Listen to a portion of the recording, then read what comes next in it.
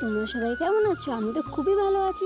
আজকে তোমাদের সাথে রুটি বানানোর ভিডিও নিয়ে এসেছি। দেখো, একটা বানিয়ে রেখেছিলাম, সেটা আমি দিয়ে দিয়েছি। তারপর আরও একটা গোল করে নিলাম, তারপর একটু আটা মাখিয়ে রাখলাম, তারপর ওটাকে ভালো করে বেলে নিলাম। দেখো, আমার বেলা কমপ্লিট। এবার আমি ওভেনে দিয়ে দিয়েছি ভাজতে। তারপর মাকে বললাম, মা একটু তাকাও।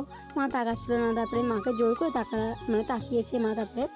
তারপরে দেখো, আমি আর একটা রুটি যেটা লাস্ট ছিল সেটাকে আমি ভালো করে গোল করে আটা দিয়ে রেখেছি। তারপরে দেখো, আমি এটা তাড়াহুড়ো করে বানিয়েছিলাম, যেহেতু বাইরে যাবো একটু ইচ্ছে ছিল। তারপর এটাকে আমি ভাজে দিয়ে দিয়েছি।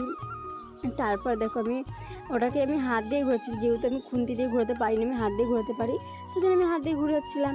তারপর দেখছিলাম হটপটে কত রুটি হয়েছিল। তারপর না ফোন দেখছিলাম বলে একটা রুটি পুড়ে গেছিলো, তাই জন্য মার কাছে অনেক বকা খেয়েছি। মা দেখো, আমার এই রুটিটা ভাজা হয়ে গেছে। তারপরে আমি দেখছিলাম, হটপটে রেখে দিয়েছি। তারপরে দেখছি আমার মা আম কাটছিল। দেখো, আমগুলো দেখতে কত সুন্দর ছিল। আমার মার আম কাটা হয়েও গেছে, দেখো কত ভালো লাগছে।